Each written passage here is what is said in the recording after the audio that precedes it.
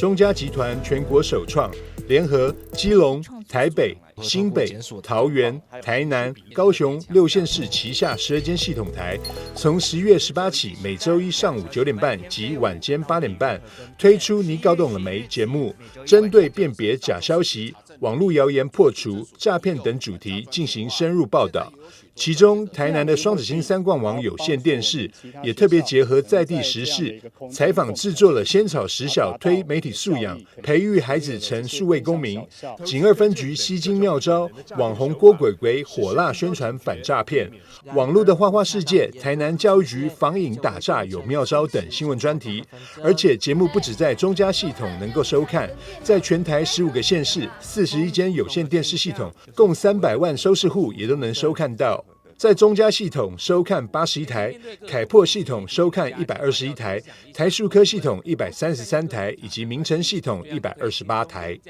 我跟你讲，他简直是股海明灯，而且他老师刚刚跟我说，他有内线消息可以帮我申购哦，现在只要汇款10万就能加入。我刚刚也加入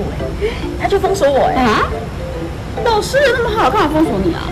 他就问我说我在哪边上班的然后我就传了一张我在警局工作的照片给他看。面对数位时代，我们每个人都可以成为数位平台上的自媒体，所以更需要教导学生来辨识资讯的真伪，然后学会媒体识读，传达正确、良善与正向的资讯。